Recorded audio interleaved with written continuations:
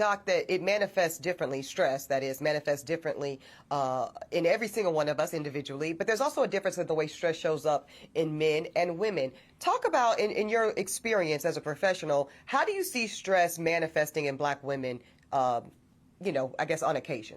I don't give a fuck what you think, bitch.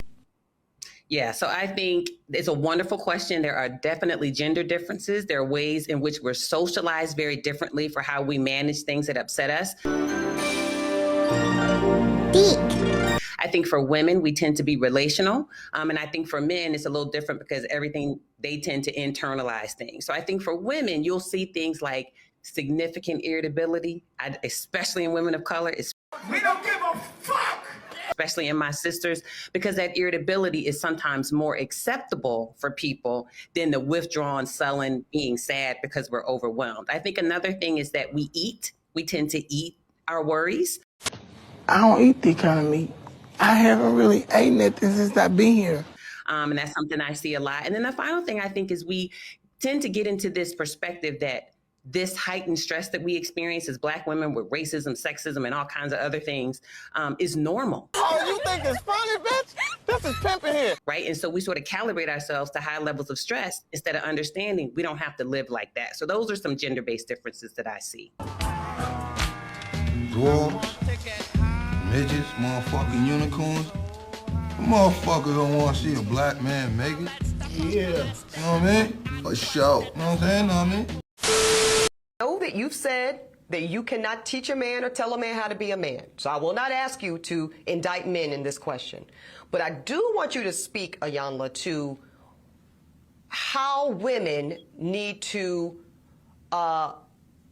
position ourselves so that we can be in our divinity, so we can have our crowns right, how we can create and not build, when some of us, quite frankly, feel that the men that are available to us, and I'm talking about across the color spectrum, across the age spectrum, trust me, I've done them all.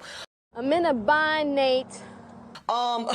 They are not positioned to protect nor provide because of some of the statistics we just talked about. They're not earning the incomes. They're not having the... Because women got too much advice about men from other women.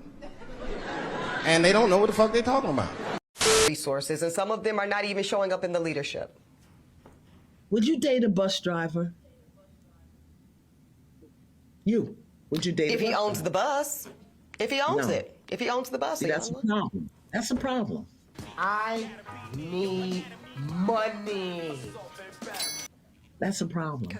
Because the standards and requisites, and I'm not talking about him laying on his sofa playing video games all day.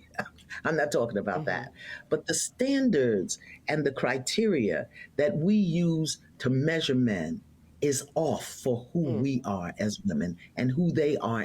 Ain't no 100 ways. That list is 4 things long. Just suck his dick, play with his balls, and then fix him a sandwich and don't talk so much. And they're gonna be happy. As I sit here with y'all today, you know, I'm literally on some fertility drugs. I am preparing for my embryo transfer in the next few weeks. Now, I am 40 years old, just turned 40 a couple of weeks ago. Y'all know I've been very transparent about my motherhood journey. I'm doing it solo by choice. Y'all know I froze eggs at 34 years old. I'm doing this. I'm excited to be a mom. I'm scared as hell. I know it's going to be the hardest thing I've ever done in my life, and yet I cannot wait to enter this mother era of my life. I don't think that most women, most black women, desire doing this journey alone. I don't. It's very important. Yeah. And I know that you mentioned yesterday the egg freezing, so let's talk about that. Yeah. Because I think that is marketed, not just you, Lauren. I think in general, that is in a lot of these comments, right? Well, girl, just freeze your eggs and don't worry about the rest. That's some bullshit, because I'm here to tell you because I'm living it, right? I froze eggs at 34. I never thought in a million years I would need to use them, right? Because why? I was in a loving, committed relationship. These were my spare. Do you know how many eggs, on average, a woman should have on ice, on reserve, frozen, for a probability of 1 live birth? No, I don't. About 20. I care about providing my people with facts and information that say that the current way of life for the majority of Black Americans is not serving us. I'm going off of the data and the facts. I am not okay, and I don't think it's okay, that the vast majority of Black Americans overpopulate, disproportionately occupy spaces that are not ideal. They make us vulnerable to death, disease, maternal health. Now, if y'all are okay that we are the lowest income, the lowest home ownership, the lowest educated group, let's just stop talking now. I'm not okay with it. It's the bigotry of low expectations is the reason why I have to submit that Black men are now going to HBCUs and college and generally at half the rate of Black girls and women. I don't think that's okay. Shouldn't we address the system that put us in these positions? We are addressing the system. It is not okay to bring C's and D's to your home and then expect to acquire a higher skill set. But somebody has got to start telling the truth to our people. And some of y'all wonder why you get the political representation y'all get, because some folks would rather hear things that make them feel good than understand and hear the things that are the truth. Yeah, I just want to make this Eboni Williams compilation real quick. You know, she be talking the truth sometimes, you know. We got to give credit where credit is due. She's a nice orator. She's a nice speaker. You know, she's pretty good, you know, and we need more people that's going to be not scared to tell the truth out there and speak to the youth and get them to understand the importance of starting a family early and getting down the road of life at an earlier age than the waiting and, you know, freezing the eggs and, you know, going to this crazy mad scientist type of stuff, you know.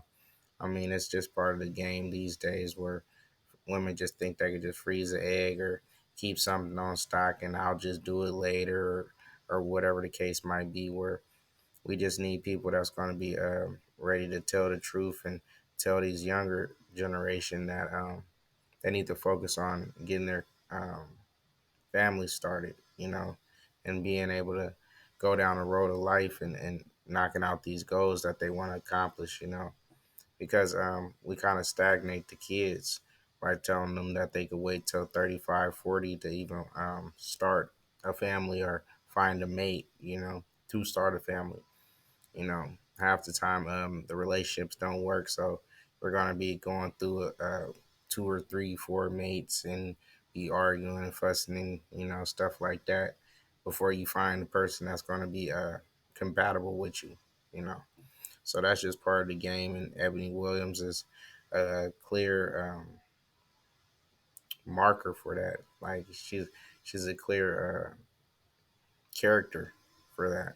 You know, it's kind of crazy that she's choosing this path, you know, being single, and she probably could find, you know, a decent husband and knock it out like that. And but she's choosing to do this by herself, and then I guess she's sitting back listening to a lot of Kevin Samuels because she got a whole lot of Kevin Samuels talking points now. I'm just like, I'm glad that she's going that way and able to just continue his great work and great legacy. You know, I'm not sure if she says she got a lot of stuff from him, but we all know where it's coming from, you know. And well, a lot of great men in this manosphere, whatever you want to call it, red pill community, have already talked the same talk. So I'm glad somebody is actually getting in her ear and maybe trying to change the society in a more positive way for the younger generation to make greater decisions than we did, you know, because it's getting crazy out here just in relationship field, you know. So you know, like, comment, subscribe.